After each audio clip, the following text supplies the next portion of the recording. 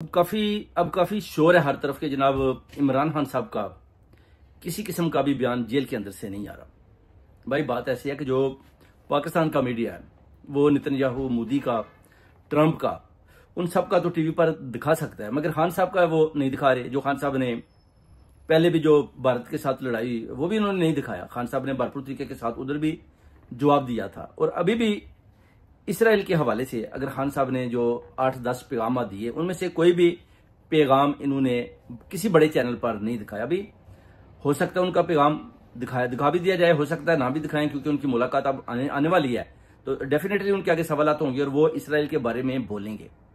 मगर इधर बहुत बड़ी मुनाफिकत है, आप देख सकते हैं। ना तो कोई नवाज शरीफ का बयान आ रहा है, ना कोई सदर आसिफ अली जरदारी का आ रहा है, ना कोई सीएम पंजाब मरियम नवाज का आ रहा है।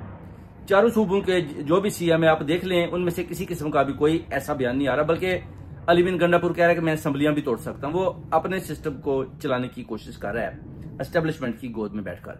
अब जो हमारे फील्ड मार्शल हैं, चीफ ऑफ आर्मी स्टाफ हैं या पाक फौज के तर्जमान हैं, उनकी तरफ से भी किसी किस्म का बयान नहीं आ रहा। मगर अवाम, ओवरसीज कम्युनिटी का बयान आ रहा है कि हम ईरान के साथ खड़े हैं, शाना बिशाना खड़े हैं और जीत ईरान की है। तो ये बहुत बड़ी मुनाफिकत है कि खान साहब के बारे में ऐसी बातें सोचना कि उनका बयान नहीं आ रहा। भाई खान साहब को आप लोगों ने जेल के अंदर बंद किया हुआ है। खान साहब तो बयान देने को तैयार हैं। आप खान साहब को 1 घंटे के लिए बाहर निकालें, फिर देखें कि कैसे सिस्टम और निजाम कैसे चेंज होते हैं। इस बात का सबको पता है। अब खान साहब का बयान, ये बार बार कह रहे हैं कि खान साहब का बयान नहीं आ रहा, खान साहब का कोई ट्वीट नहीं आ रहा। खान साहब को आप एक्सेस दें, उसके बाद आप तमाशा देखें कि होता क्या है।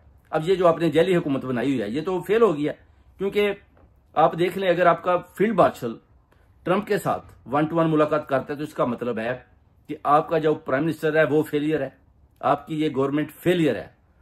यानी जनरल सैयद आसिम मुनीर जो फील्ड मार्शल हैं, उनको इस क्यादत के ऊपर भरोसा ही नहीं है, बिल्कुल भरोसा नहीं। अगर भरोसा होता कम से कम वो शहबाज शरीफ को साथ ले जाते, मरियम को ले जाते, नवाज शरीफ जहां उसको, आसिफ अली जरदारी को, बिलावल भुट्टो को या वजीर खारजा किसी को साथ ले जाते।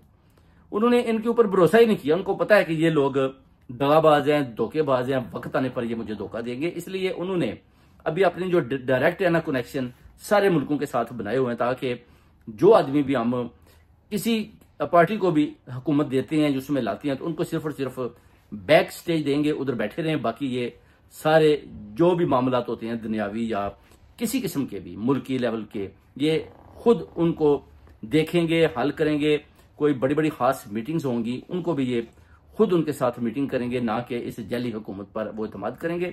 और एक खान साहब भी थे जो अपना डायरेक्ट यानी दूसरे मुल्कों के साथ मुज़ाकरात करते थे, और इनको भी पता है कि अगर खान साहब बाहर होते तो किसी सूरत में भी उन्होंने हमें इजाजत नहीं देनी थी कि आप सीधे जाकर ट्रंप को मिल लेते, क्योंकि मुल्क का कानून होता है कि चीफ ऑफ आर्मी स्टाफ हमेशा चीफ ऑफ आर्मी स्टाफ से मिलता है, प्राइम मिनिस्टर से मिलता है। मगर फील्ड मार्शल को जो है ना उसको एक्सेस होता है कि वो सबके ऊपर होता है, इसलिए उनको बड़ी जल्दी से फील्ड मार्शल बनाया गया ताकि उसके बाद जो ट्रंप के साथ मीटिंग है वो रखी जाए और ट्रंप बोले जी ठीक है, जब भी तो वो फील्ड मार्शल हैं और मुझे उनको मिलना चाहिए, क्योंकि इनको जितनी भी काबीना है उनके ऊपर भी बर्तरी हासिल है। इस तरह के जो है ना कानून बनाकर जो जनरल सैयद आसिम मुनीर को फील्ड मार्शल बनाकर ट्रंप के सामने पेश किया गया। और वो भी मैं आपको बताऊंगा कि ये जो मीटिंग है ये किसने रखवाई, कब